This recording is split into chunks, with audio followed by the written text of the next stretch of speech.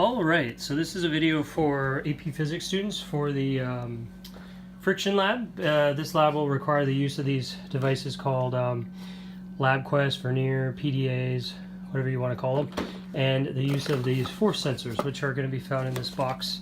The force sensor looks like this. There are a couple boxes that have a slightly different version that I don't think work very well.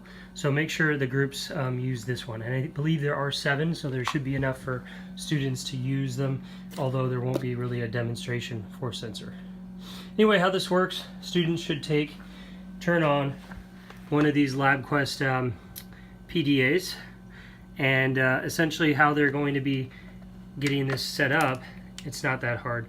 You just take this device, you grab the plug here, and then you insert it into one of the little outlets in the back. It doesn't really matter which channel it is, and if it's not getting something to pop up, then obviously try a different channel, try holding the button, repowering it, you know, anything you normally would do with a sort of computer device deal. Now this won't look like this initially. It will actually look like this. Sorry, just pushing the corner there. It's going to look something like this. So just to show that again, unplug it. It's going to be blank here, at least it should be. Okay. Well, it's going to be blank, so it's just going to be a big gray screen. Once you plug it in, though, that little red thing will come up, and you'll get a number that kind of moves back and forth. And so how this works, essentially this is a force sensor here. So you can measure force. You can either push it in, and you can see it gets a greater negative magnitude, or you can pull it out, and it gets a greater positive magnitude. There are 2 settings. I recommend using the plus or minus 50 Newton setting. That removes one of the decimal places, and so it doesn't waver around as much, and students kind of hate it when that happens. So it also measures greater force too, which is nice. Anyway, in this lab, students are going to be measuring friction essentially using a wooden block. So there will hopefully be some wooden blocks available in the room. I found one in the back just because I have so much wood. Mr. Hurley, the physics teacher, you can ask the office to show where his room is. You can ask him. I think he has a whole set of these wooden blocks that you could potentially use. So anyway, what students are going to do is first students will need to know the mass of their block, and they might want to write a little sticker on there with their name, put their name for the block so they can recognize it the following day. Students will need to measure the mass. So you can just use scales, but an easier way is simply just using the force gauge. And how that works, essentially, all you do is you press down. There are these little tiny pens that students can use if they're having trouble with their fingers. But I just like using my finger here. What they want to do is zero out the force gauge, and then they can actually measure how many newtons of weight something is. So what we can do here is attach a string nice and firmly, and you can see I use multiple strips of tape to do that. Leave the bottom bare though. That's going to be important when it comes to measuring friction. And then what you can do is you can nice and easily hold this block up. And so we're going to utilize, instead of using a scale, we're just going to utilize the fact that this is a force sensor. It can measure weight. So to do that, you'll just hold this in the air and then zero it out. Do a better job than I am, of course, since you'll have 2 hands available. And then you'll just hook this onto the rope. Come on. Pull it in the air, and then you can see that it gives a nice measure of the weight in newtons of this block. 6.8 it looks like, and then again you'll do a bit more accurate job than I am right now. This is essentially 680 grams, right? Because if you multiply it by gravity, mass times gravity, you get force. And so 9.8 times 6 is going to be, 0.6 is going to be about 0.6. 0.68 times 10, about 6.8. So that's one idea that's occurring here. You're using essentially the mass multiplying by gravity, and then you get the force in newtons.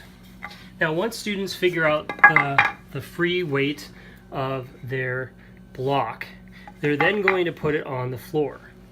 You could do this on tables, but sometimes it's better to just do it on the floor since you have more room. And essentially what you're going to do, students are going to be pulling their blocks to find the static and kinetic coefficients of friction with varying weights on their blocks to see how that changes. So before you pull it, you're going to zero it out again. Boop. Come on. All right, and then to get a good measure, you are going to slowly increase the amount of force that you're applying to the block. And once it moves, you're going to apply a constant force so that the block moves at a constant speed. So I'm going to reorient this. I know it's not the greatest to be in vertical like this, but this will work the best. Again, it doesn't have to be zero.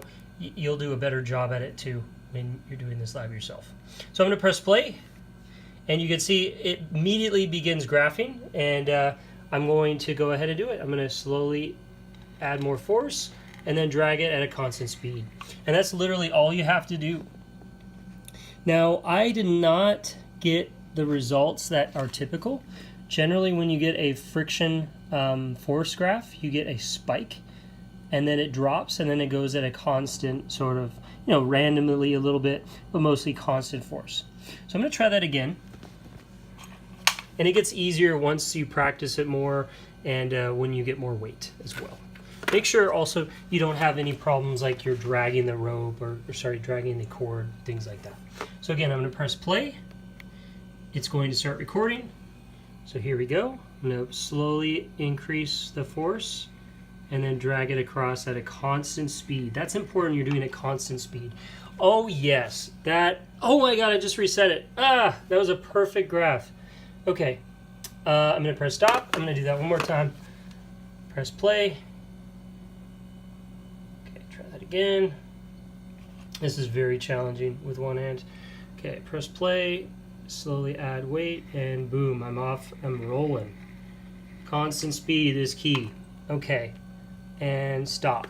Now, this is not nearly as amazing of a graph that I had before, but when I add some weight, I'm sure it will look better. Anyway, what you can see here is that spike that I was talking about. And this spike, which is somewhere between here and here, is what you can utilize to calculate what's called the static coefficient of friction. The friction that it takes to cause an object at rest to begin moving.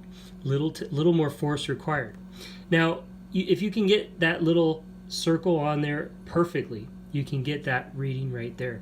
It can be challenging to do that, and so an option is to just press Analyze. Come on. Statistics, and then hit Force there. And what that will do is it will give you the max, and that max is that peak that you'll use to record the maximum static friction force. Now, this area is that sort of constant force, which we utilize to describe the kinetic friction, the moving friction of an object.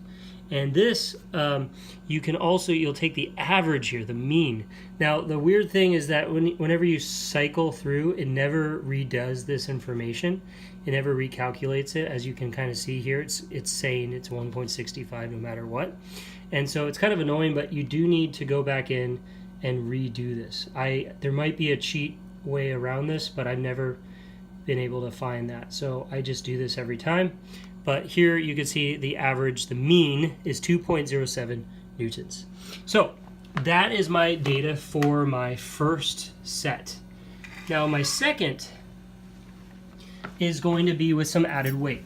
So I've got my block, which is, I forget what it was, 6.85 newtons. And what I'm going to do is I'm going to add this to it, 500 grams. Now, this can be figured out. You can hang it up. You can figure out what the weight is in newtons. But you can also just realize that, hey, 500 or 0.5 times 9.8, that's the acceleration of gravity.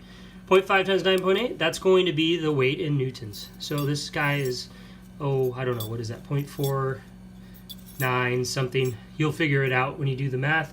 How you're going to do this is every time you do a new trial, you're going to add weight. And so you can just add weight directly to the block like that. If you find that when you're pulling it and it slips, see how it's slipping? That's a problem, and so you'll need to tape it down if that's happening. I'm just going to pull it really slowly and minimize that so I don't need to tape it. So let's go ahead and do one more trial, and then I think we're good to go on this.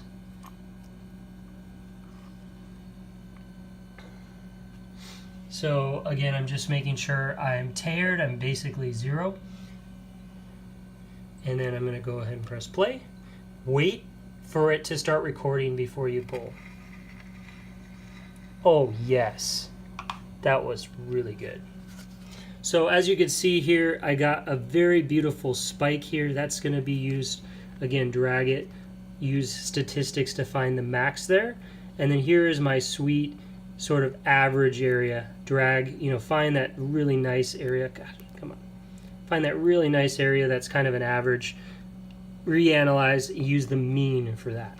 And that is the lab, guys. You'll do that multiple times with different amounts of weight. Be sure to add them up correctly, and then you'll be able to produce a graph showing the static and kinetic coefficients of friction for your object. All right, that's going to be it for now.